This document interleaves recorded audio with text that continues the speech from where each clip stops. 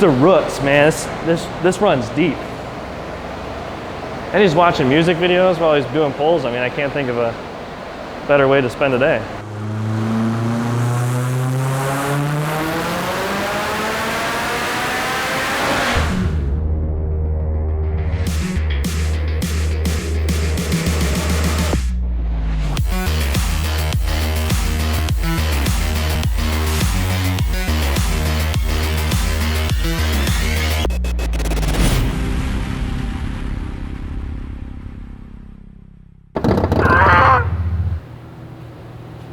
Wasn't me. We want a really good, spectacular shot of me opening the hood. Like that. Or like more casual.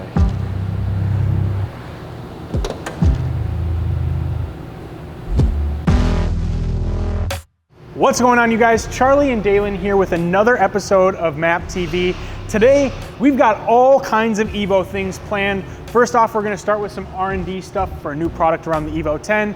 Then we've got a shoot going on later where we're gonna talk about some intakes. And then lastly, we've got a special guest coming later this afternoon who's gonna be doing some pulls on the dyno, doing some test and tune stuff there. So hopefully you guys are into Evo stuff because that's what we got going on today.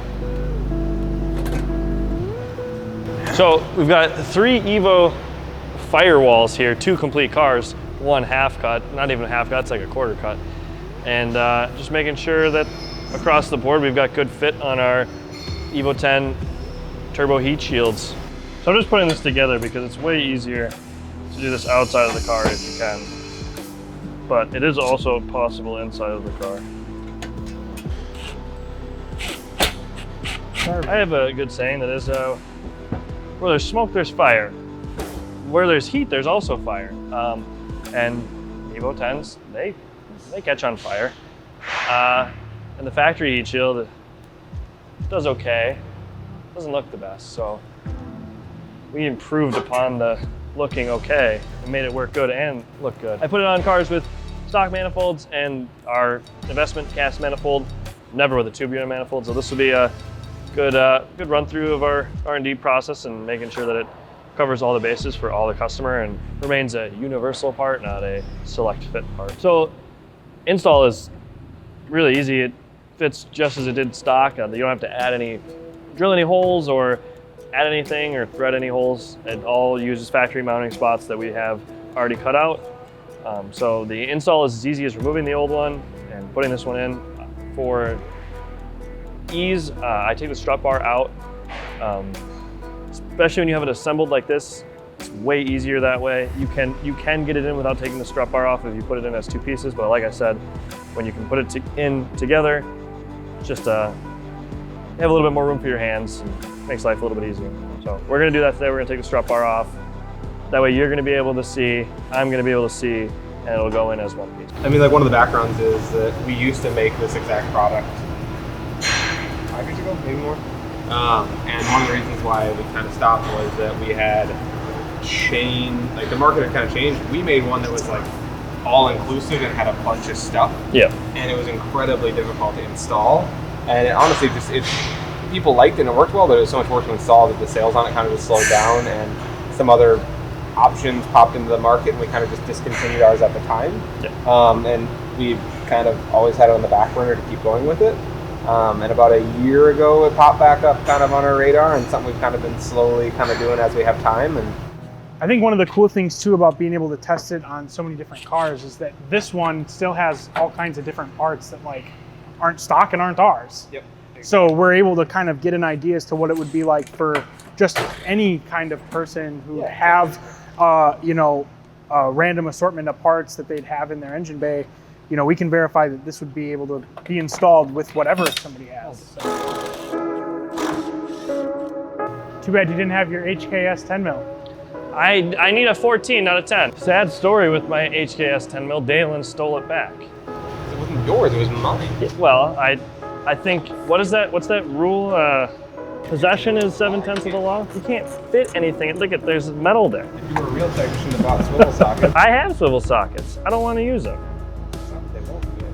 I don't have deep swivels. I have medium swivels. I will throw things at you. I will throw things at you. I will take parts off your car and not tell you, and then not put it back together.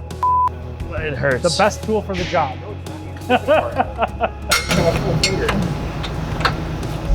working at 7/8 capacity. That's actually 9/10. Because you have 10 fingers. Ding dong. It's not like you lost the entire thing. Yeah, I mean, it's crippled. I don't even say that. So why would someone buy this? What's the benefit that you get out of having this necessarily? It shields the heat from your firewall. I mean, that's obvious, but like, what's the benefit that someone would expect from that then? Is it Much less heat on the firewall. and heat on the firewall is bad because Because it's a firewall? Fire is bad. Fire. No, so you can kind of see from the video a little bit. So number one, the actual factory firewall, when you get either like a taller manifold or you're running a tuned vehicle or a performance-oriented side of these vehicles, there's just a lot more heat coming to the manifold. Right. So all the brake lines are right in the back there, the ABS pump is right in the back there, and the kind of like matting or like firewall matting they have on it is also very flammable. Sure. So having any sort of shield from that is going to be very nice. It's very common for these vehicles to actually start a fire right there. So it's a safety thing, more or less. Yep, safety, okay. 100% safety thing. This is the first And test so fit. you can actually see that this one's like torn up a little bit. Like, Yeah. That could be from heat, that could be from installing. There's multiple different things that could be from. We're gonna call that a win, boys. Oh. So yeah, our previous revision of that would have probably taken another hour and a half to install because there's a solid chance we would have had to take that manifold off, in which case you would have broken a bunch of studs. Yeah. You want to put all the hardware on and circle it to see if it sits in the right spot. No, that's killer. Super happy with that. This one does come a little bit close to the drain. Oh, I see. That's one of the pieces that's kind of different on all the vehicles. Okay. How does it look over there? Looks really close. I just don't know if. Where does it look close? Which On my direction? side. So pushing it towards the driver's side. But I guess once it's Like, so it needs to go that way? towards the driver's Yeah. side. So, Yes. Yeah. That'd be this way. Well, I wasn't. I think if we moved this hole, see how this is butted. This stud is butted up against this. If this hole moved over a smidge.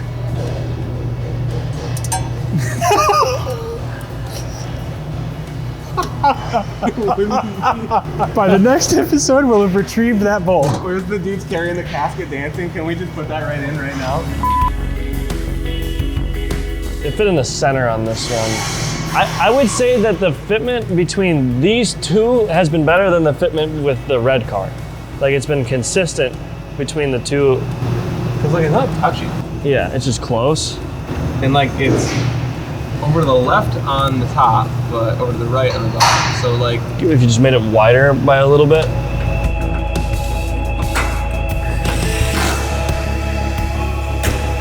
All right, so now that we're all set with the test fitting for the Evo 10 heat shield, that was the final prototype. We're headed over to the video bay actually to shoot a top 5 Evo 10 intakes video. And so we're moving the car over to the video bay to use it for that. So here we go.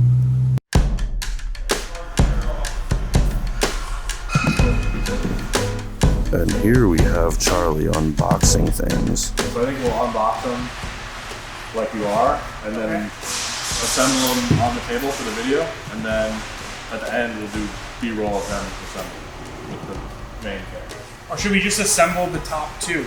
Our 3.5 inch and the ETS one. Because those are the two I'm going to end up using. I think we do B-roll on the big camera then assembled. All right.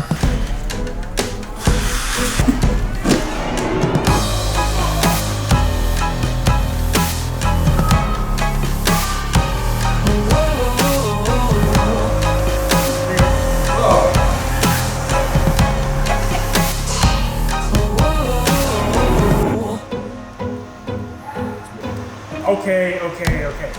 On our last top 5 video for the Evo 10 platform, I may have said a few things that struck a nerve with a few of you guys. Insert that clip here, Tyler. Anyway, anyways, we'll see you guys next time. Peace. All right, so you can unplug that, and then we'll kind of clear out part of the table, and then we'll just do some B-roll of the mostly assembled stuff. Okay. And then we're done. So we just got done doing like the main portion of the video, which is talking about the intakes, telling you guys what comes with it.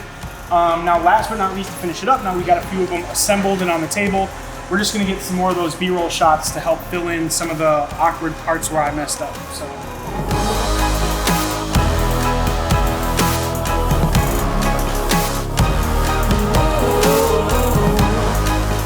One more time, there you go.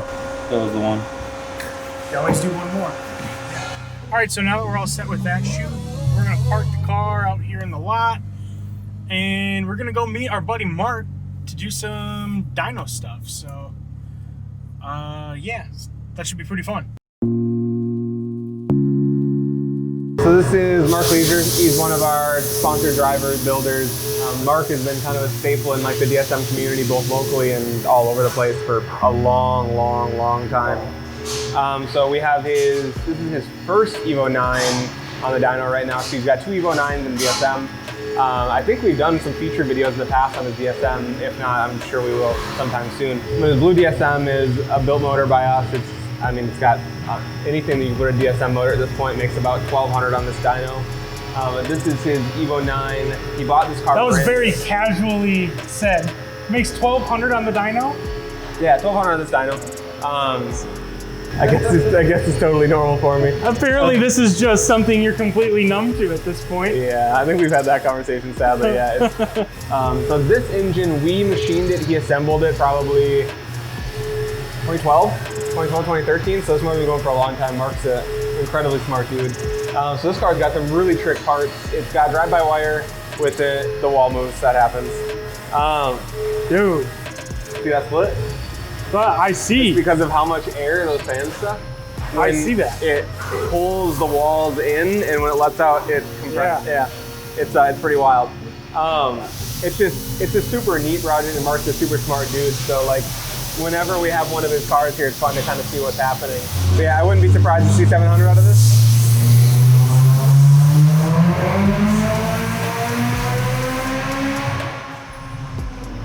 But yeah, so the car has drive-by-wire, which allows it to do a lot more, just a lot more control over everything. So like from traction control to just drivability to just trimming a lot of different stuff based on throttle inputs.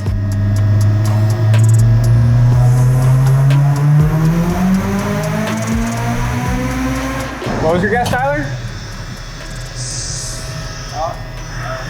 I thought you said mid-sevens? That's like 780 or something. You're close, it's 730 right now.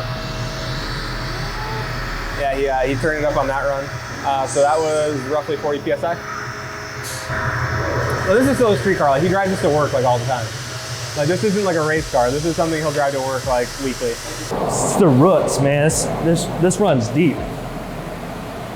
And he's watching music videos while he's doing pulls. I mean, I can't think of a better way to spend a day. Did like a good baseline pull, see where it was at after doing some street tuning and pulling some time out of it. And now we just added Mark added some more timing to it. It seemed really happy in the mid-range, adding timing, so we added another degree from like 4 to 7,000, so see what it does.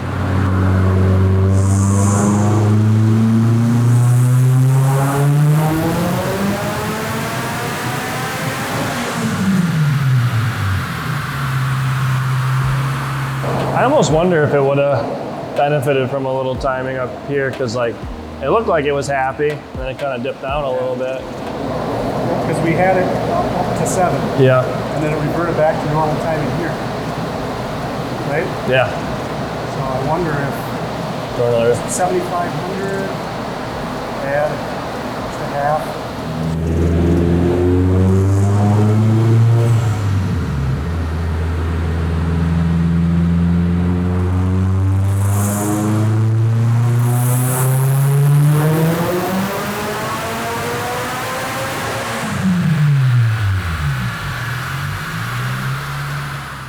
570. Yeah. 60 foot-pounds of torque throughout the mid. That's gonna be fun. Yeah, you're gonna feel that. That's gonna be rowdy. Yeah. That's why you're down. That's what I was telling him. I'm like, you know, the real, yeah, you can't, you know something's changing, but you don't know how much. Like at that last degree. Yeah. You know, yeah, I kept just the little bits in between 5 and 6,500, and then reverted back. Yeah, I think that I don't think you didn't see any gain from that. Yeah. You want all of them? Yeah. Okay. All right, you guys, so that's gonna wrap up today's video. Now that our buddy Mark left with his Evo 9, that's gonna end it. Today we obviously saw us do the Evo 10 heat shield. We shot the top intakes video, and then we got to hang out in here and do some Evo pulls. But if you guys are interested in any of the parts you saw, check the link down in the description. And if you're interested in that Evo 10 heat shield, stay tuned, because hopefully we'll be releasing that pretty soon, if I can make it through the end of the day. But otherwise, that's gonna end it today. We'll see you in the next video of MAPTV. Peace. Bye, guys. We didn't fall. I don't think I mean, Weasel. I did. You didn't. I don't know if Weasel. How did you not fall?